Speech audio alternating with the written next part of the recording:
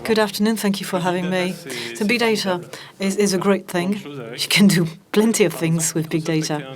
For instance, Microsoft have recently created a tool thanks to which, with a picture, you can determine the age of a given person. And so you have Mick Jagger, and according to that tool, he's a man of 26. But well, thank you very much, microphone, for this. So it raises also a lot of concern on protection of privacy. Here is a very interesting poster on Yes, We Can, on the NSA scandal, which means that we are already in an era where we are being watched, where we are being tracked down on the internet. So we're being watched by the government, but also by big companies and players, which are not easy to identify and are more elusive.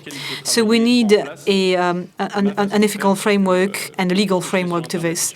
But basically, everything I do on the internet and everything that I do on my mobile devices, I consider this as potentially this can come in the public sphere. And I invite you to be cautious as well. But this is not what I'm going to talk about. I want to talk about the big data, which is a wonderful tool to solve the most critical problems we're faced with. And it plays a central role in the problem solving, in the building of the world we're aiming for, the world we want to live in 2030. First of all, for your background information, we hear a lot about big data, but nobody really knows. Well, a few people know where it's all, but that don't really are not very good at explaining what it is. So, big data is no magic. It's a scientific discipline between mathematics and computer sciences, and you learn how to manage enormous quantities of data, words, sounds, pictures, and you extract relevant information. You get things which were hidden, and you make them emerge and come to the surface. So applied mathematics, computer sciences, well, it's nothing new. How come that there is so much buzz around big data? And you've probably heard big data many times during this conference. So what's happening? So there are two main reasons. First of all, the quantity of available data. There is an order of magnitude which shows that 90% of the available data available today have been created in the last 2 years. So if I insist on this, is that everything that has been written, registered since the very first things that have been registered, carved on stone, 90% of this has been created in the 2 last years. And also the computational capacity, according to the law of Moore, is increasing in an exponential way. So it's a disruption. It's a disruption again, and it's bringing about a lot of innovation. That's all very well, but what's the place of positive economy in this? I would like to show you an entire range of applications, but I've decided to choose only 3 to try and exemplify this. First example. Well, this is not modern arts. Those are pictures, medical imagery. Those are biopsies of breast cancer, suspected breast cancer. Breast cancer, there are more than 1 million cases per year and 500,000 deaths per year. So when you have a biopsy, you have an expert having a look at such slides under the microscope, is going to make a diagnosis, try to define which type of breast cancer this is, define the treatment, and then treat the patient. The Stanford team has designed an algorithm which helps in analyzing this type of picture. So an algorithm which can identify and qualify the type of cancer. It seems that this algorithm does the job better than the physician. So it's a concrete application which does a better diagnosis while the physician has more free time to go on tasks which cannot be automatized as this can be. And I could have cited a number of other applications in the medical field. Second example, which lies close to my heart, is the example in Nepal, which really illustrates how big data can be integrated in more in wider projects. There was an earthquake in Nepal in April this year, as you know, and in this type of catastrophe, in the first days after the catastrophe, it's total chaos. Emergency rescue units have no idea where they should go. They have no idea what are the roads which can be used. They have no idea which bridges are still standing and how they can go to the people in need. But thanks to this application, this helped the rescue team to be better organized.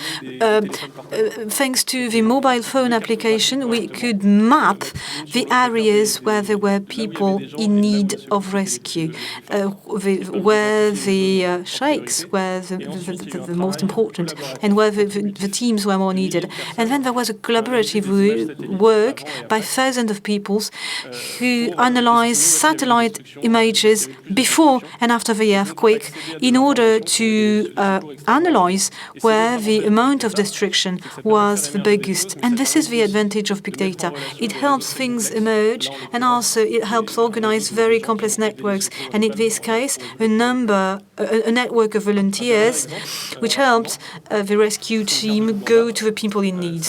Last example, a map of Uganda.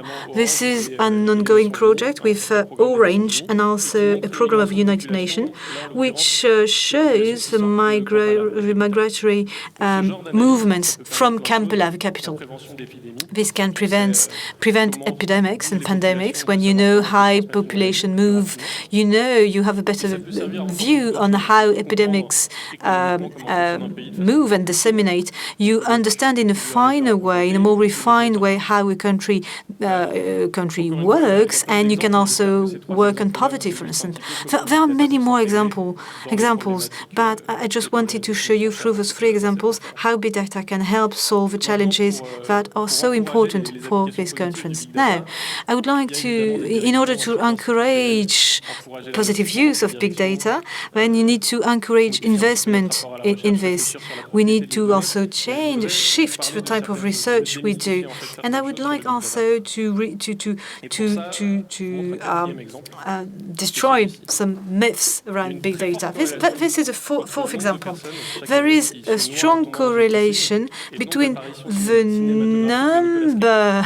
There is a correlation between the number of people who drowned by falling in a pool and the number of films Nicolas Cage appeared in. So it gets you to laugh. So you could say, well, okay, I want to save lives. I'm going to prevent Nicolas Cage to appear in movies.